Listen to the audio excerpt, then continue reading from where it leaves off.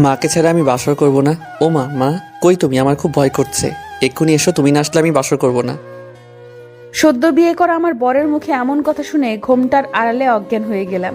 কোনো মতে নিজের গালে দুটি থাপ্পড় দিয়ে জ্ঞান ফিরিয়ে 10 হাত ঘোমটার আড়াল থেকে নিজেকে আবিষ্কার করলাম। আমাকে দেখে ঠোঁট ফুরিয়ে ফ্যাল ফ্যাল করে কেঁদে কেঁদে বলল, তুমি আমার খাট ভেঙো না। খাট ভেঙে গেলে আমি আর মা ঘুমাতে পারবো না। তাহলে মা আমায় খুব মারবে। মানে? আমি জানি বাসর করলে খাট ভাঙে। কে উনি? এখানেই বা কি করছেন? টুস করে ফোন চেক করলাম, অতঃপর সামনে দাঁড়িয়ে থাকা অদ্ভুত লোকটির দিকে তাকালাম। ছবির সাথে এই লোকটির যথেষ্ট মিল রয়েছে। তাহলে কি এই লোকটি? না, আর কিছু ভাবতে পারলাম না। দ্রুত বেড ত্যাগ করে লোকটির সামনে দাঁড়ালাম। মা না আসলে কিন্তু আমি বাসর করবো না, এই বলে দিলাম। তোর বাসুরের গুষ্টির ষষ্ঠী। ও বউ, বাসর কিভাবে করে আমায় একটু শেখাবা? 32টা দাঁত বের করে কথাগুলো বলল। দেখে মনে হচ্ছে 32টা নয়, গুনলে হয়তো 36টা হবে। আমি নিশ্চিত এই ছেলে হয়তো আমার সাথে প্র্যাঙ্ক করছে, অথবা যমজ ভাইয়ের একজন। এমনটা হলে ঠিক আছে, কিন্তু যদি এমন না হয় তাহলে আমার সব ধ্বংস করে দেবে। প্রয়োজনে পৃথিবী ধ্বংস করে অস্ট্রেলিয়া বানিয়ে দেব। ও বউ, শেখাও না বাসর, আমি বাসর করব। মনে হচ্ছে আমার মাথায় আগুন জ্বলছে। এই আগুনে গোটা পৃথিবী ধ্বংস হয়ে যাবে। আমি আর সহ্য করতে পারছি না। তবুও নিজেকে সামলে জোর করে হাসি মুখে এনে বললাম, তুমি নিশ্চয়ই আমার সঙ্গে প্র্যাঙ্ক করছো, তাই না? দেখো, এসব বাদ দাও। আমার এসব ভালো লাগে না, কখনো পছন্দ ছিল না। আজ আমাদের বাসর, একটু সিরিয়াস হও। ও বউ, প্রাঙ্কি, এটা বুঝি নতুন স্টাইলের আদর? কিন্তু মা না আসলে আমি যে বাসর করব না। তোদের আদরের গুষ্টি কিলাই। একদম আমার সঙ্গে ফাজলামি করে আমার বাসরের স্বপ্ন নষ্ট করবি না, তাহলে কিন্তু আমি তোকে। আর কিছু বলার আগে ছেলেটি হ্যাবলার মতো হাউমাউ করে কেঁদে উঠল। আমি কিছু বুঝতে না পেরে ছেলেটির জামার কলার ছেড়ে কিছুটা দূরে অবস্থান করি। এ কি সর্বনাশ হলো আমার! শেষ পর্যন্ত এই হ্যাবলার মতো ক্যাবলার সাথে বিয়ে হলো। আমি কিভাবে এই হ্যাবলাকে বিয়ে করলাম?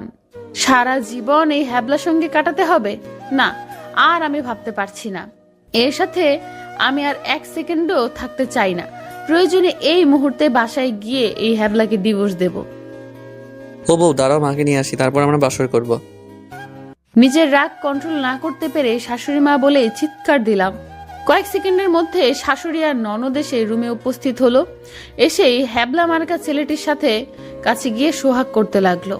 শাড়ির আঁচল কোমরে গুজে নেমে পড়লাম প্রশ্ন করতে, এটা আপনার ছেলে তো, নাকি আপনার যমজ ছেলের মধ্যে যে ছেলেটি হ্যাবলা তাকে সুযোগ বুঝে আমার ঘাড়ে উঠিয়ে দিয়েছেন?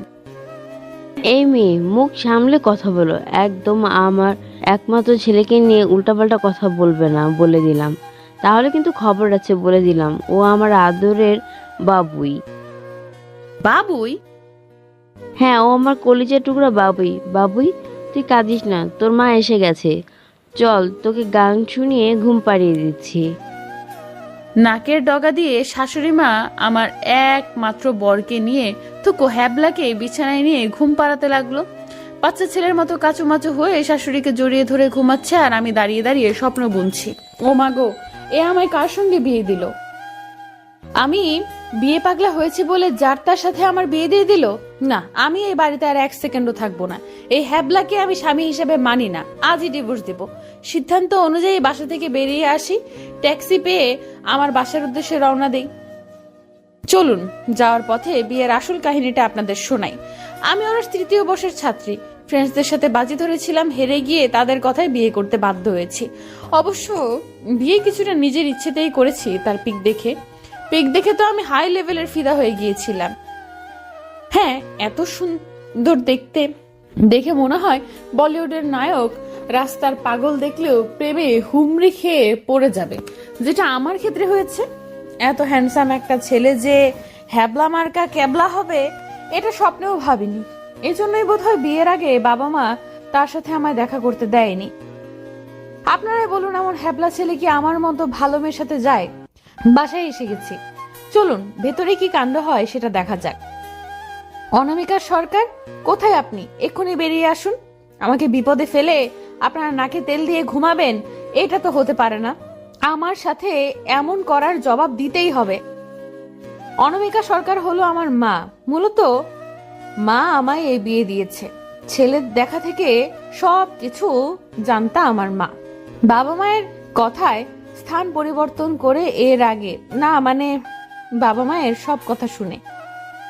অনামিকা সরকার, কোথায় আপনি? বেরিয়ে আসবেন নাকি আমি আসবো? সৃজা, তুই এত রাতে এই বাড়িতে? আমার এই হ্যাবলার সাথে বিয়ে দিয়ে তোমরা সুখে ঘুমাবে, এটা কিভাবে হয় বলো? কে হাবলা? একদম আমার সাথে নাটক করবা না। আমি কিন্তু তোমার মেয়ে, সো তোমার থেকে আমি নাটকে সেরা।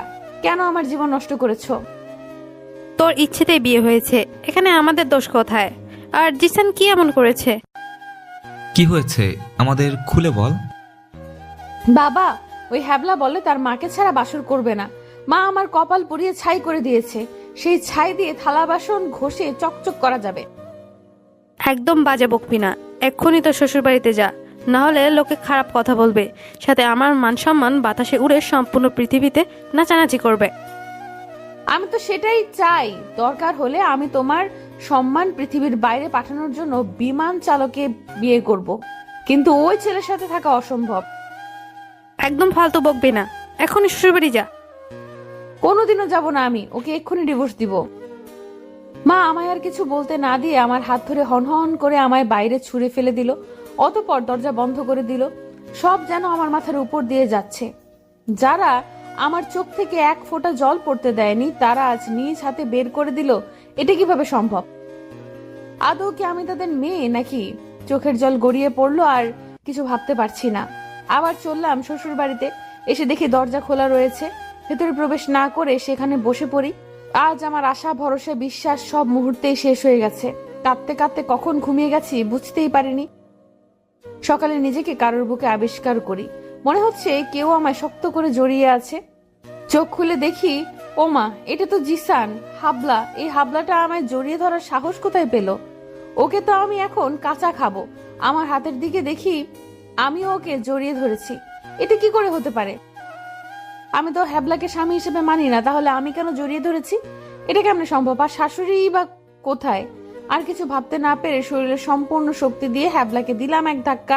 টুস করে জিসান পড়ে গেল। জিসানকে ফেলে বেশ শান্তি শান্তি লাগছে।